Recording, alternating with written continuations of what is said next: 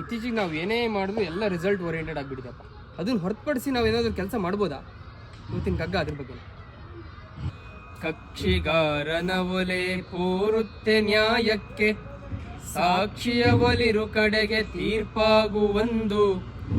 ಭಿಕ್ಷುವಲು ಕಾಲಸವೆ ಇಸಿಲೋಕ ಯಾತ್ರೆಯಲಿ, ಪಕ್ಷಿವಲು ಮನದೊಳಿರು ಮಂಕುತಿಮ್ಮ. ಈ ಒಂದು ಸ್ವತಂತ್ರ, ಮಾನಸಿಕ ಸ್ವತಂತ್ರದ ಬಗ್ಗೆ ಇವತ್ತು ಹೇಳ್ತಾರೆ. ಉದಾಹರಣೆಗೆ ಒಂದು ಒಳ್ಳೆ ಉದಾಹರಣೆ ಕೊಟ್ಟಿದ್ದಾರೆ. ಒಬ್ಬ ಸಾಕ್ಷಿ ಹೇಳೋನು ಕೋರ್ಟಿಗೆ ಹೋದಾಗ ಒಂದು ರಿಸಲ್ಟ್ ಬಗ್ಗೆ ಯೋಚನೆ ಮಾಡಲ್ಲ, ಮುಂದೇನು ನ್ಯಾಯ ಕೊಡ್ತಾರೆ. ಅವನೇನು ಹೇಳಬೇಕು ಸಾಕ್ಷಿ ಅವ್ನು ಹೇಳ್ಬಿಡ್ತಾನೆ, ಹೋಗ್ತಾನೆ. ಹಾಗೆ ಒಬ್ಬ ಭಿಕ್ಷೆ ಬೇಡವನು, ಒಬ್ಬ ಬೌದ್ಧ ಭಿಕ್ಷು ಅಂದ್ಕೊಳ್ಳಿ, ಅವ್ನು ಭಿಕ್ಷೆ ಬೇಡ್ತಾ ಹೋಗ್ತಿರ್ತಾನೆ. ಇವತ್ತೇನೋ ಸಿಗುತ್ತೆ, ನಾಳೆ ಇನ್ನೇನೋ ಸಿಗುತ್ತೆ. ನಿನ್ನೆ ಅದು ಸಿಕ್ಕಿತ್ತು, ಇವತ್ತು ನಂಗೆ ಸಿಗ್ಲಿಲ್ಲ ಅಂತ ಯೋಚನೆ ಮಾಡೋದು. ಅವತ್ತಿಗೆ ಏನು ಸಿಗುತ್ತೆ ಅದು ತೆಗೆದುಕೊಂಡು ಹೋಗ್ತಾ ಇರ್ತಾನೆ. ಹಾಗೆ ನಮ್ಮ ಮನಸ್ಸು ಕೂಡ ರಿಸಲ್ಟ್ ಓರಿಯೆಂಟೆಡ್ ಆಗಬಾರ್ದು. ಅಂದರೆ ನಾನು ಇದೇನೋ ಕೆಲಸ ಮಾಡ್ತಾ ಇದ್ದೀನಿ, ನನಗೆ ಅದೇ ರಿಸಲ್ಟ್ ಬೇಕು ಅಂತ ಆ ರೀತಿ ಯೋಚನೆ ಮಾಡಿದ್ರೆ ಈಗ ಈ ಕೆಲಸ ಕೂಡ ಎಕ್ಕುಟ್ಟು ಹೋಗ್ಬೋದು, ಹಾಳಾಗತ್ತೆ.